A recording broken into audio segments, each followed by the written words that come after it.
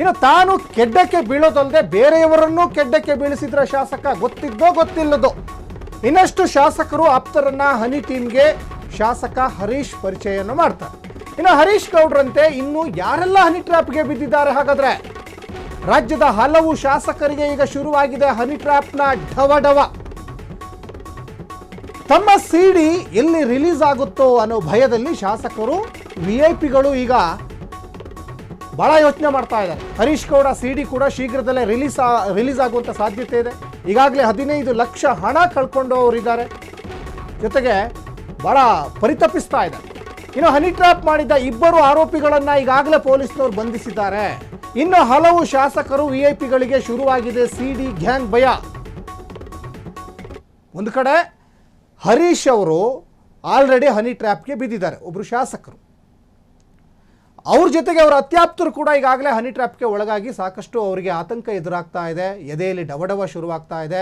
ಇಲ್ಲಿ ನಾವು freedom TV ವತಿಯಿಂದನೂ ಕೂಡ ಈಗಾಗಲೇ ಅವರಿಗೆ ಕರೆಯನ್ನು ಮಾಡ್ದು, ಅಂದರೆ ಏನಾಯಿತು ತಿಳ್ಕೊಳ್ಳಿಕ್ಕೆ, ಜೊತೆಗೆ ಒಂದು ಮಾಧ್ಯಮದವರಿಗೆ ಈ ಹನಿ ಟ್ರ್ಯಾಪ್ನವರು ಸಹಜವಾಗಿ ಭಯ ಬೀಳ್ತಾರೆ. ಯಾಕಂದರೆ ನಿಮ್ಮ ಒಂದು ಪ್ರೊಟೆಕ್ಷನ್ ಪೊಲೀಸ್ನವ್ರು ಎಷ್ಟು ಮಾಡ್ತಾರೆ ಅಷ್ಟೇ ನಾವು ಕೂಡ ಮಾಧ್ಯಮದವರು ನಮ್ಮ ಒಂದು ಆದ್ಯ ಕರ್ತವ್ಯವಾಗಿ ಮಾಡಬೇಕು ಅಂತ ನಮ್ಮ ಒಂದು ಇಚ್ಛೆ ಇರುತ್ತೆ. ಆದರೆ ನೀವು ಮಾಧ್ಯಮದಿಂದ ಸ್ವಲ್ಪ ಅಂತರವನ್ನು ಕಾಯ್ದುಕೊಳ್ತಾ ಇದ್ದೀರಾ. ಜೊತೆಗೆ ಪೊಲೀಸ್ನವರು ಆಲ್ರೆಡಿ 2 ಅರೆಸ್ಟ್ ಮಾಡಿದ್ದಾರೆ. ಅಲ್ಲಿ ಸುಮ್ಮನೆ ಅವರಿಗೇನು ಹುಚ್ಚಿಡ್ದಿದೆಯಾ? ಪೊಲೀಸ್ನವರಿಗೆ ಸುಮ್ಮನೆ ಅರೆಸ್ಟ್ ಮಾಡ್ತಾರಾ?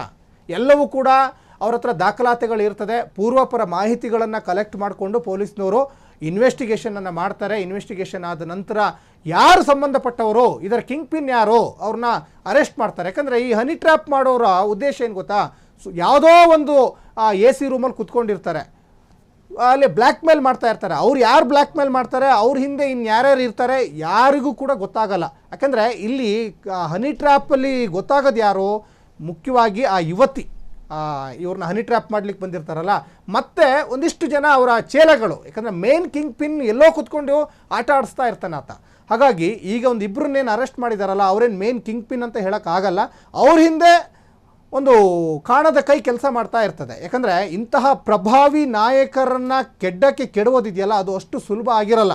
ಯಾಕಂದರೆ ಮಾಮೂಲಿ ಮನುಷ್ಯರಿಂದನೂ ಕೂಡ ಹನಿ ಟ್ರ್ಯಾಪ್ ಮಾಡೋಕ್ಕೆ ಸಾಧ್ಯ ಇಲ್ಲ, ಅಥವಾ ಇವತ್ತಿನೇ ಏಕಾಏಕಿ ಬಂದು ಹನಿ ಟ್ರ್ಯಾಪ್ ಮಾಡಲಿಕ್ಕೂ ಕೂಡ ಕಷ್ಟ ಆಗ್ತದೆ. ಹಾಗಾಗಿ ಈ ಒಂದು ಹನಿ ಟ್ರ್ಯಾಪ್ನ ಕಿಂಗ್ ಪಿನ್ನು ದೊಡ್ಡ ವ್ಯಕ್ತಿಗಳೇ ಇರ್ತಾರೆ. ಪ್ರಮುಖವಾಗಿ ಈ ಹನಿ ಟ್ರ್ಯಾಪ್ಗೆ ಸಂಬಂಧಪಟ್ಟಾಗೆ ಈ ಹಿಂದೆ ಹಲವಾರು ಸಂದರ್ಭದಲ್ಲಿ ಪೊಲೀಸ್ನವರು ಕೂಡ ಇಂತಹ ಈ ಟೀಮನ್ನು, ಖತರ್ನಾಕ್ ಟೀಮನ್ನು ಅರೆಸ್ಟ್ ಮಾಡಿದ್ದಾರೆ, ಬೆಂಡೆತ್ತಿ ಬ್ರೇಕ್ ಹಾಕಿದ್ದಾರೆ. ಆದರೆ ಇದು ಮಾತ್ರ ಸದ್ಯಕ್ಕೆ ನಿಲ್ತಾ ಇಲ್ಲ. ಇದೊಂಥರ ಈ ಕೊರೋನಾ ವೈರಸ್ ಥರ ಇದು ಹಬ್ಕೊಂಡು ಹೋಗ್ತಾನೆ ಇದೆ. ಇದಕ್ಕೆ ಮದ್ದಿಲ್ಲ ಈ ಹನಿ ಟ್ರ್ಯಾಪ್ ಮಾಡೋರಿಗೆ. ಇದಕ್ಕೆ ಸರಿಯಾದಂಥ ಕಡಿವಾಣ ಹಾಕಬೇಕಂದ್ರೆ ಈಗೇನು ಅವರು ಅರೆಸ್ಟ್ ಮಾಡಿದಾರಲ್ಲ, ಸರಿಯಾದಂಥ ಇನ್ವೆಸ್ಟಿಗೇಷನ್ ಮಾಡಬೇಕು.